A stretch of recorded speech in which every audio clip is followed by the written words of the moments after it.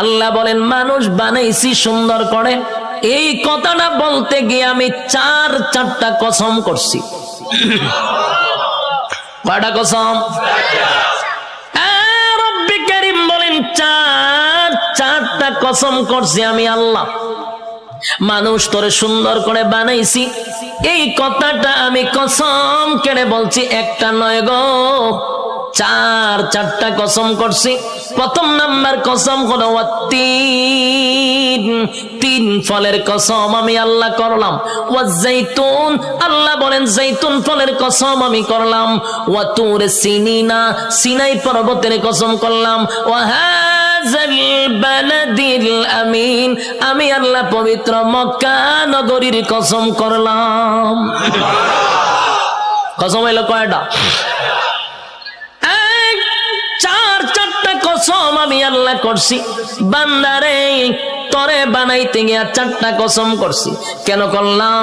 কসম করলে তুই কথার গুরুত্ব দিবি, তাই একটা দুইটা নয়, চারটা কসম কাটছি। তোরে সুন্দর করে বানাইছি, তোরে সুন্দর করে বানাইছি, তোরে সুন্দর করে বানাইছি, তোরে সুন্দর করে বানাইছি। চারবার কসম করছে।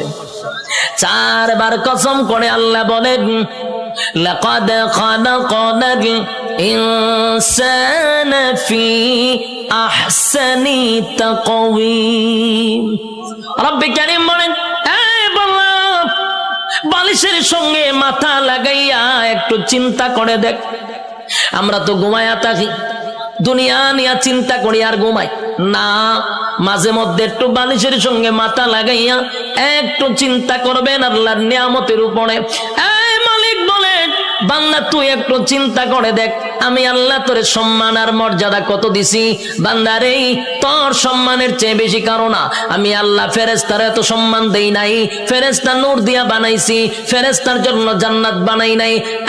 মানুষ, তোর জন্য জান্নাত বানাইছি, ফেরেশতার জন্য জান্নাত বানাই নাই। তোর সুন্দর করে বানাইছি, কোরআনে বলছি, ফেরেশতারে বানাইয়া কোরআনে বলি নাই।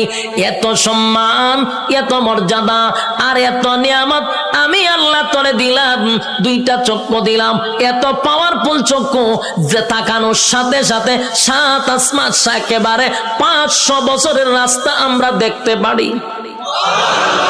সুবহানাল্লাহ।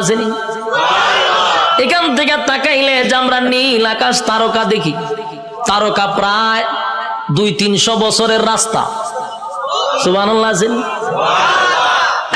সূর্য এই পৃথিবী থেকে 9,30,00,000 মাইল উপরে, চাওয়া মাত্রই আমরা দেখতে পাই, ঠিক নেই? চোখের পাওয়ার